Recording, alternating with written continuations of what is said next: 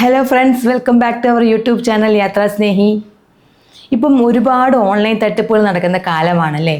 എത്രയൊക്കെ തന്നെ ഇൻഫർമേഷൻ നമ്മൾ എല്ലാവരിലേക്കും പാസ് ചെയ്താലും അല്ലെങ്കിൽ എല്ലാവരും അറിവുള്ളവരാണെന്ന് അറിഞ്ഞിരുന്നാലും ഈ ചില സമയങ്ങളിൽ ഇതുപോലുള്ള തട്ടിപ്പുകളിലെല്ലാം നമ്മളും പെട്ടുപോകുന്നുണ്ട്.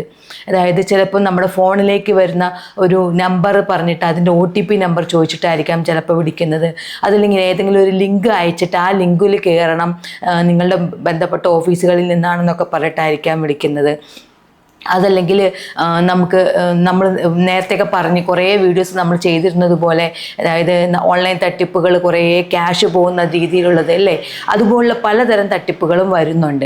അപ്പോൾ എത്രയൊക്കെ ആളുകൾക്ക് ഇൻഫർമേറ്റീവ് ആയിട്ടുള്ള വീഡിയോസ് ചെയ്തു കൊടുത്താലും അതല്ലെങ്കിൽ പത്രങ്ങളിലെല്ലാം വിവരങ്ങൾ വന്നാലും ചില സമയത്ത് നമ്മൾ അതിൽ പാനിക്കാവും. അങ്ങനെയുള്ള സാഹചര്യങ്ങൾ വരുമ്പം ചിലപ്പോൾ പാനിക്കായി പ്രവർത്തിച്ചിട്ട് ആ ലിങ്കുകളിൽ കയറുകയോ അല്ലെങ്കിൽ നമ്മുടെ OTP നമ്പർ അതല്ലെങ്കിൽ നമ്മുടെ പാൻ കാർഡ് ഡീറ്റെയിൽസ് അയക്കണം എന്നൊക്കെ പറഞ്ഞിട്ട് ഫോൺ വിളിക്കുമ്പം അതെല്ലാം നമ്മൾ ചിലപ്പോൾ പറഞ്ഞു കൊടുക്കാറുണ്ട് അല്ലേ.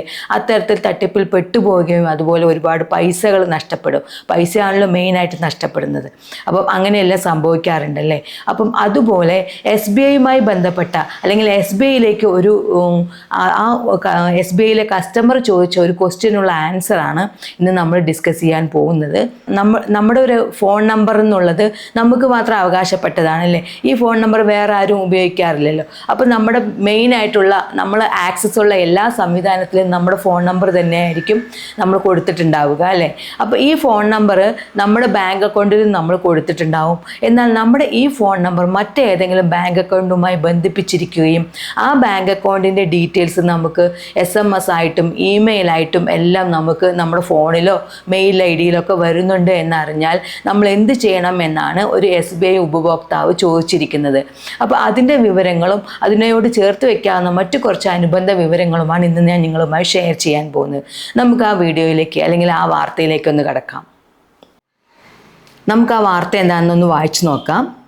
മറ്റൊരാളുടെ പേരുള്ള ബാങ്ക് അക്കൗണ്ടിൻ്റെ വിവരങ്ങൾ ഫോണിലേക്ക് വരുന്നു, ജാഗ്രത പാലിക്കണമെന്ന് SBI.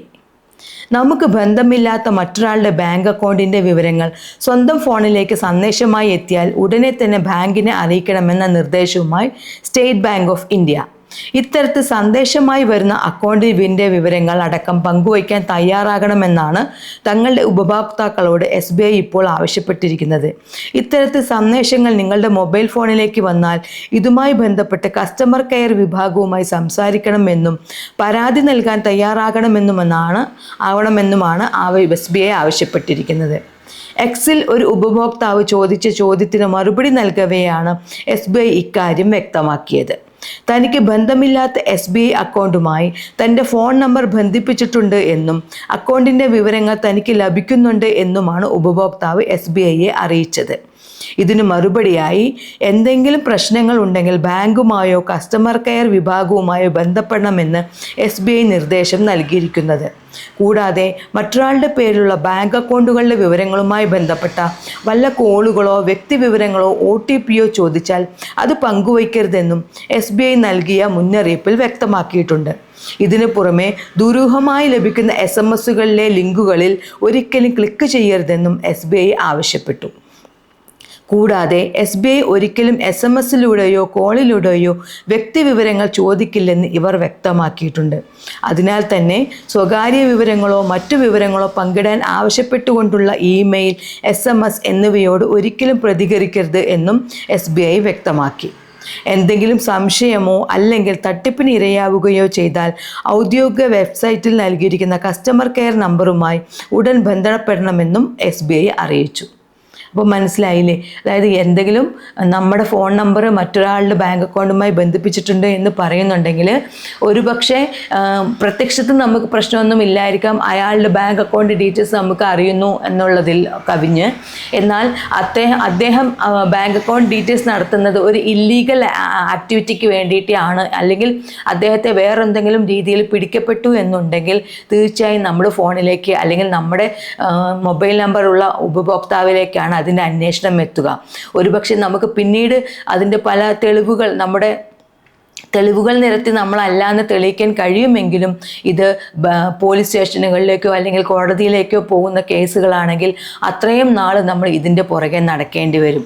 അപ്പോൾ ഒരു ചെറിയ കാര്യമാണെന്ന് ഇത് കരുതിയിരിക്കാതെ ഇതുപോലുള്ള മറ്റുള്ള ബാങ്ക് അക്കൗണ്ടുകളുടെ ഡീറ്റെയിൽസ് നമ്മുടെ ഫോണിലേക്ക് വരുന്നുണ്ടെങ്കിൽ നമ്മുടെ ഫോൺ നമ്പർ തന്നെയാണോ അവരുടെ അക്കൗണ്ടിൽ കൊടുത്തിരിക്കുന്നത് എന്നൊന്ന് കൺഫേം ചെയ്യുകയും അതുപോലെ ഇത് ബന്ധപ്പെട്ട കസ്റ്റമർ കെയറിലോ നമ്മുടെ തന്നെ ബാങ്കിലോ പോയിട്ട് ഇത് ചെക്ക് ചെയ്യുകയും കംപ്ലൈൻറ്റ് കൊടുക്കുകയും അത് റെക്ടിഫൈ ചെയ്യിപ്പിക്കുകയും ചെയ്യണമെന്നാണ് SBI പറഞ്ഞിരിക്കുന്നത്.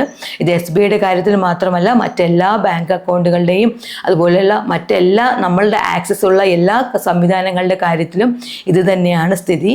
അപ്പം ഈ വിവരം നിങ്ങൾക്ക് ഉപകാരപ്പെട്ടെന്ന് വിശ്വസിക്കുന്നു. നമ്മുടെ വീഡിയോസ് എല്ലാം നിങ്ങൾക്ക് ഉപകാരപ്പെട്ടുവെങ്കിൽ തീർച്ചയായും നമ്മുടെ ചാനൽ സബ്സ്ക്രൈബ് ചെയ്ത് സപ്പോർട്ട് ചെയ്യുക. നിങ്ങളുടെ വിലയേറിയ അഭിപ്രായങ്ങളെല്ലാം കമൻറ്റായി അറിയിക്കുക. നിങ്ങളുടെ വേണ്ടപ്പെട്ടവരിലേക്കെല്ലാം ഈ വീഡിയോ ഷെയർ ചെയ്ത് എത്തിക്കുക. മറ്റൊരു ഇൻഫോർമേറ്റീവ് അപ്ഡേറ്റുമായി വീണ്ടും കാണാം. യാത്രാ സ്നേഹി സൈനിങ് ഔട്ട്. ബൈ.